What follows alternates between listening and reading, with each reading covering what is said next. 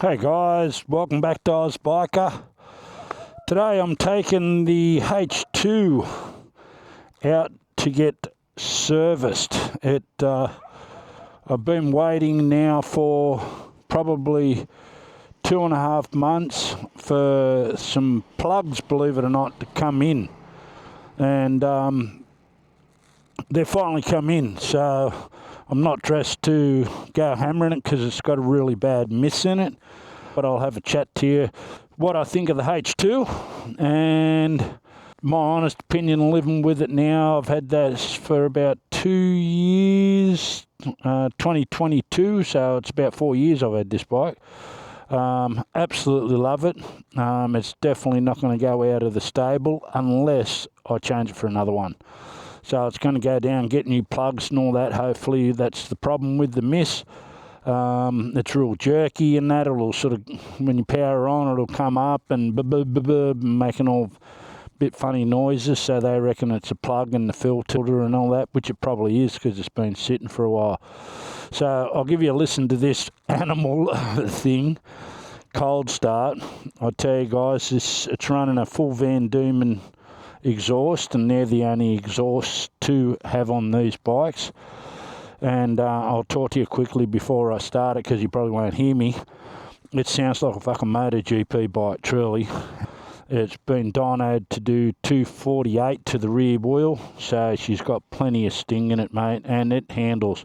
When everything's running right, I'm getting this down to about 55 degrees. Shocking a lot of guys on BMW 1000s and all that sort of stuff, so don't be intimidated with the bike, but it's definitely a bike you got to respect. Here we go, cold start. It's been a while since I started this. Here we go.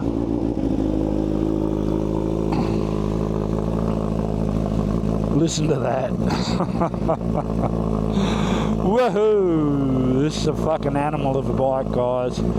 It's something you've got to respect, because otherwise this fucking thing will kill you. I've had this PPF wrapped as well, as you can see through here. It was professionally done. This one, it's quite comfortable, believe it or not, the bike, but I'll explain a little bit as we get going. And as I always say, guys, let's go riding. If you haven't subscribed, maybe consider doing that and giving the video a like. It'll help me channel out and it'll make me feel like doing more videos. And if you're liking the content, and don't forget to put a comment and all that sort of stuff, guys. I love chatting to you from all over the world. So let's go riding.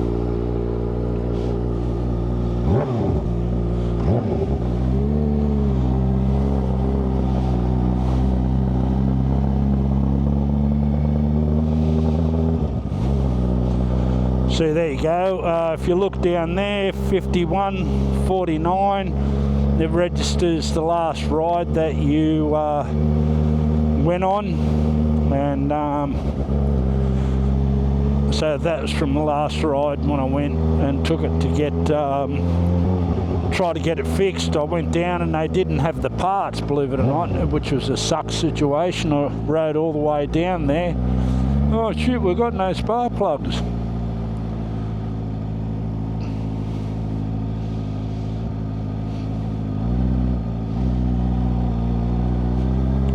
As you can see, the roads are a bit damp and wet.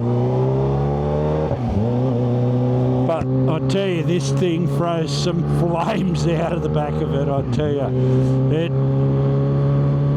They've sort of throw flames like that, especially when you're under it and you're backing off. She sings like a canary, blowing flames out of it. But the sound of it is crazy.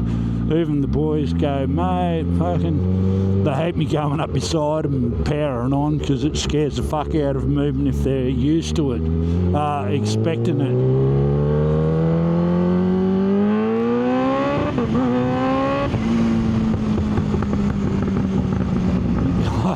Listen to the grumble in it. I don't want to do too much with it until the engine warms up.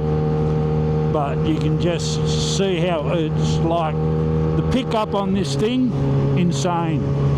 There's probably no other bike on the market that will will give you that sort of feeling that this does in response power. It is just like the supercharge.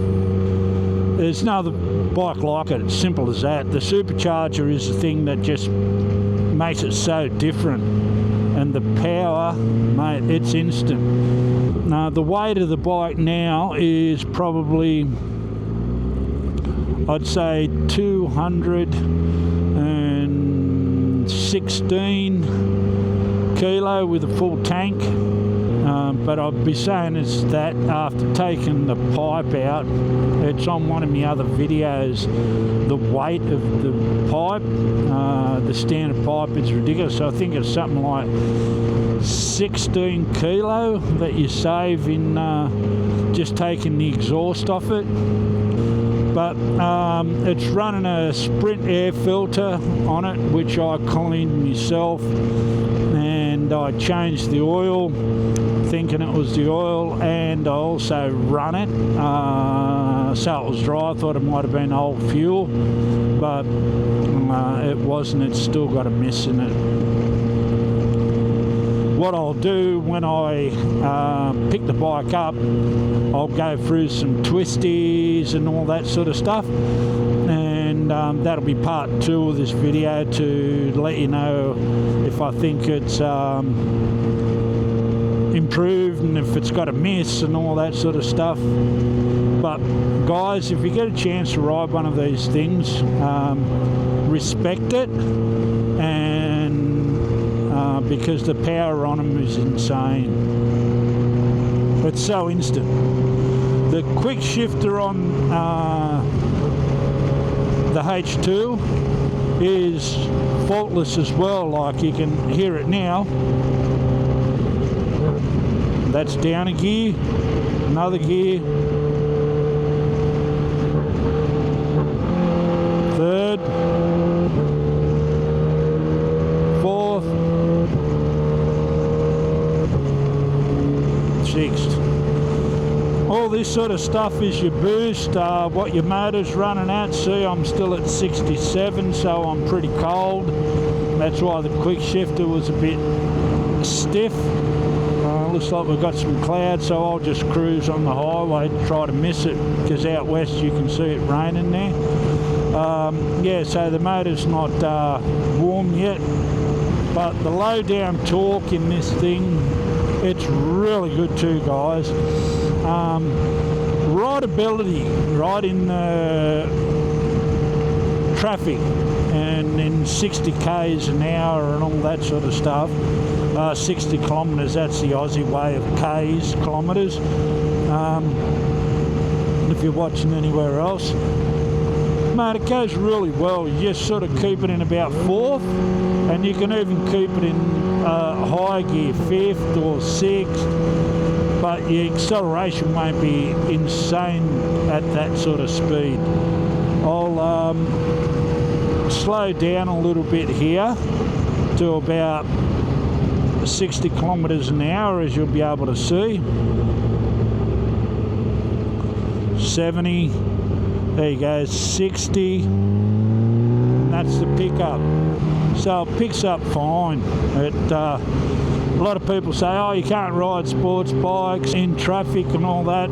Truly, to me, I don't have an issue with that at all. The bike itself is not crampy for me at all. I don't get sore wrists and all that sort of stuff, because the way the tank is on this, you just grip the sides of the tank, and it's perfect for me. It's like, if it had cruise, you'd just be, I hardly put any weight on my wrists at all. My knees a little bit like in a race position, but it's no way uncomfortable. I suppose it's uncomfortable if you put all your weight on your wrists, and when you're riding, and you shouldn't do that anyhow. You should be just gripping the bars gently in a way. Like I've just got my fingertips on that. See, as you can see there. And you should use a bit more core strength. If you find that you get sore wrists, really guys, start doing more core strength exercises with your stomach, and you will find that you'll be able to take weight off all your wrists, and all sports bikes will be comfortable. They've got a stationary police camera there, as you can see. Revenue raiser. Also, the comfort side of this in seat wise, the seat's really comfy. You can adjust the back rests, and they go back or forward to keep you more in a up near the tank position, or the way I've got it as back as far as it can go, so I can actually slide my bum to whatever part of the bike I want, sliding it back, or right up near the tank. But I always grip the tanks with my knees, guys, on all my bikes. And I'm 5'10", say 178 centimetres, and 63 years old, and this bike honestly feels super comfy for me. It's not uncomfortable by any means. I could do a whole day in the saddle on this, not an issue at all. And that's at my age, guys, too. There's hardly no vibration whatsoever.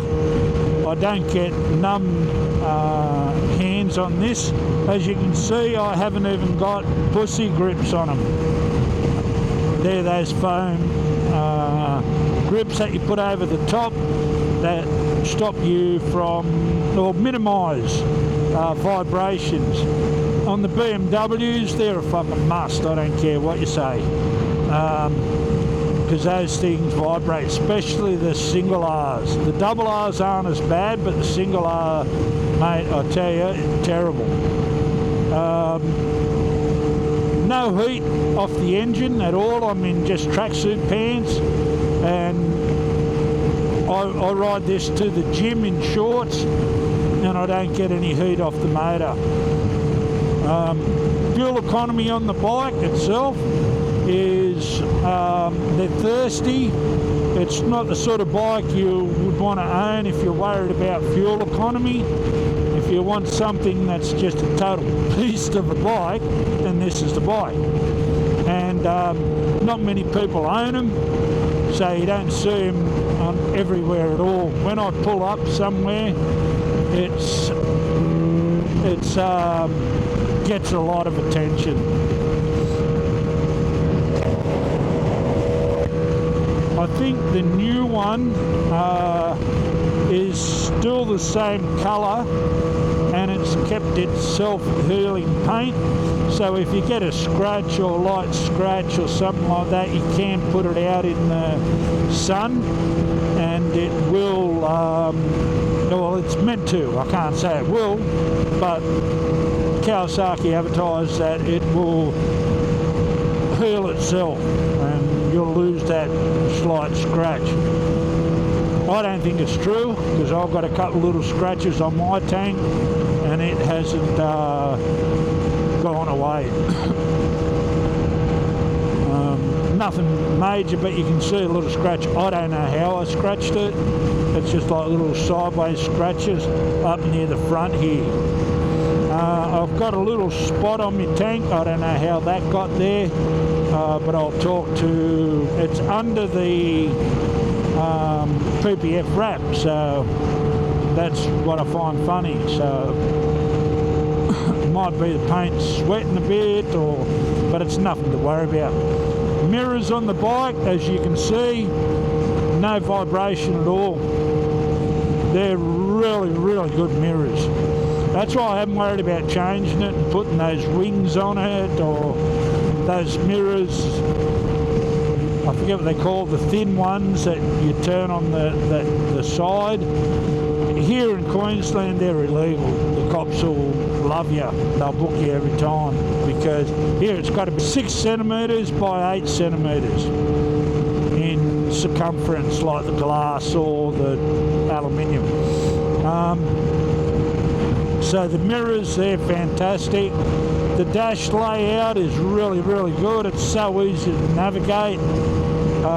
It's got rain mode, the bike, and a lot of times if you're in pretty tight twisties, you can put it in rain mode. You still get the power, but it's not like that. It's a lot more like that, the power.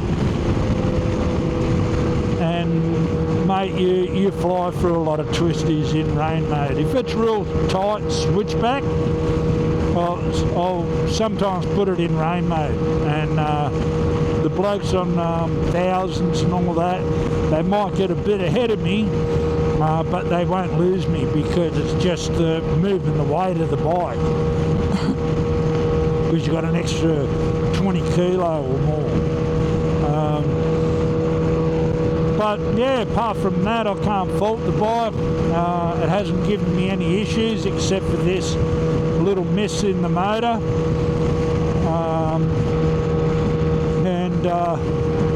Yeah, it's been a pleasure to own, actually. I can't say, oh, I wish I never bought this bike, but I love looking at it in the shed when it sits there and you're not even riding it. You look at it and go, oh, what a fucking animal that is. And as I said, it's comfortable. The only thing it hasn't got is cruise. So, but a lot of the high performance bikes don't have cruise anyhow. So that's sort of a rundown on the bike. One thing I will touch on is the tyre life on the bike. It's pretty well like any other major high performance bike. The harder you go, the more they wear out. Simple as that. I don't do burnouts or anything. I try to stay as smooth as I possibly can with power, and I'll get 3,000 kilometres out of a tyre and about 5 in the front. And I run my tyre pressures on this. I'll run it at about 36 cold, and that the same on the front. So thanks heaps for watching, guys, and thank you for all the comments. Love yous all, and thank you for the likes and everything like that.